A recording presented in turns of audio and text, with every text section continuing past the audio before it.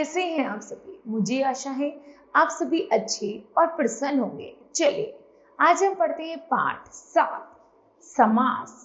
करते हैं इस पाठ की शुरुआत। ठीक है, दो या दो से अधिक परस्पर संबंधित शब्दों के संयोग से जो एक स्वतंत्र शब्द बनता है या परस्पर संबंध रखने वाले दो या दो से अधिक शब्दों के मेल को समास कहते हैं।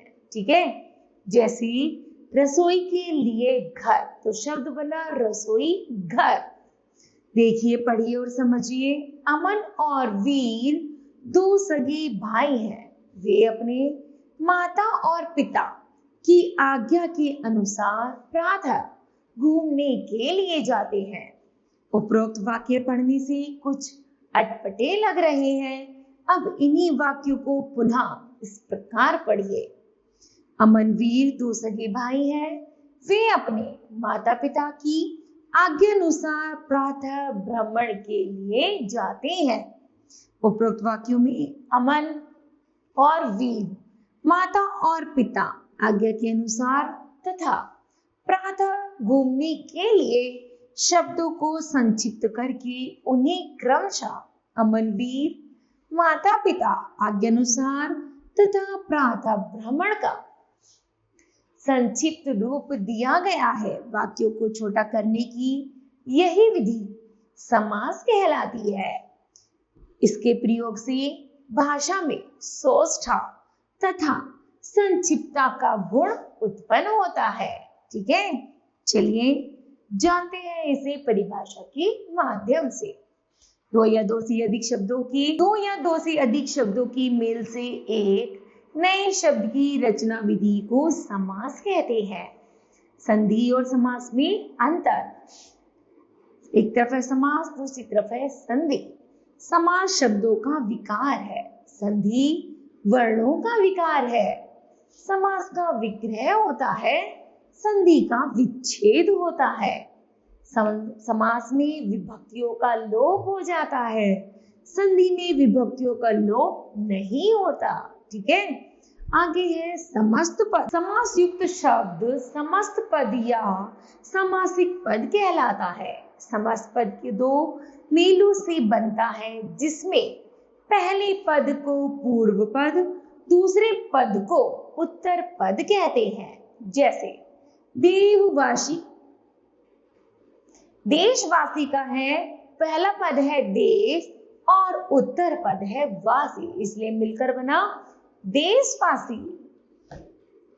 उसी तरह आगे है राजपुत्र, पूर्व पद है राज, उत्तर पद है पुत्र।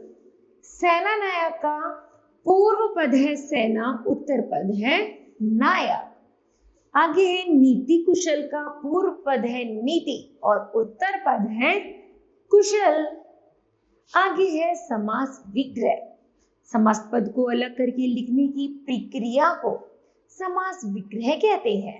जैसे देशवासी का समास विग्रह हुआ देश के लिए भक्ति, डिब्बा बंद का हुआ डिब्बे में बंद, नवरत्न हुआ नौ रत्नों का समूह, कमल नयन का हुआ कमल के समान नयन। ठीक है, आगे है समास के भेद। समास के 6 भेद होते हैं। नंबर 1 अव्ययी भाव समास, तत्पुरुष समास, कर्मधारय समास, द्विगु समास, द्वंद्व समास और बहुब्रीहि समास। चलिए पहला पढ़ते हैं अव्ययी भाव समास, जिस समास का पूर्व पद प्रधान एवं अव्यय हो तथा समस्त पद भी अव्यय का बोध कराता है, उसे अव्ययी भाव समास कहते हैं। जैसे बेमतलब का है मतलब के बिना, बाकायदा कायदे के अनुसार, यथा संभव जैसा भी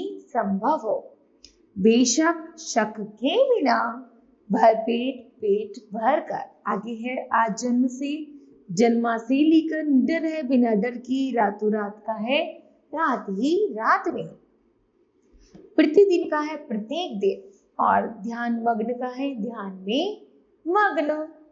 आगे है तत्पुरुष समास, जिस समास में उत्तर पद प्रधान तथा पूर्व पद गौण हो, उसे तत्पुरुष समास कहते हैं। जैसे राजमहल का है राजा का महल, हस्तलिखित का है हाथ से लिखित।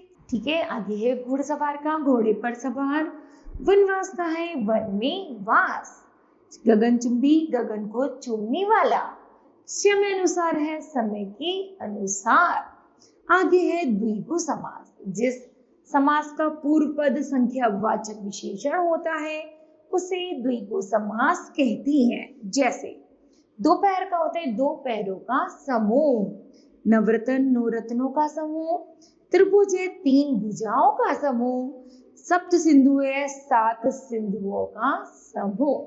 ठीक है, आगे है कर्मधारय समास, जिस समास में दोनों पदों में विशेषण विशेष्य या उपमान उपमेय का संबंध होता है उसे कर्मधारय समास कहते हैं।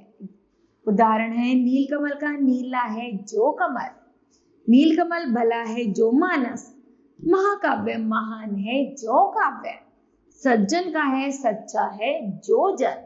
ठीक है, आगे है द्वंद्व समास, जिन समास के दोनों पद समान रूप से प्रधान होते हैं उसे द्वंद्व समास कहते हैं। उदाहरण है राजा रानी का राजा और रानी, लाभ हानि का लाभ और हानि, रात दिन का रात और दिन, दाल और रोटी, राधा कृष्ण का है राधा और कृष्णा।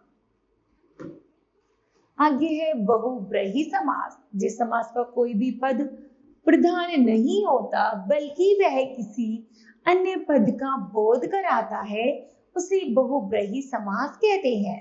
जैसे पंचानन का है पांच मुख है जिसके, अर्थात ब्रह्मा, गजानन गज के समान आनन है जिसका, अर्थात श्री गणेश, दशानन 10 है आनंद जिसके, अर्थात रावण, श्वेतांबर श्वेत है अंबर जिसके, अर्थात सरस्वती, चक्रपाणि चक्र है पाणी अर्थात हाथ में जिसके, विष्णु, पीतांबर पीले है अंबर जिसके, श्री कृष्ण, षडासन 6 है आनंद जिसके, अर्थात कार्तिकेय, विषधर विष को धारण करता है जो, उसे कहते हैं शिव, महावीर महान वीर है जो, उसे कहते हैं हनुमान।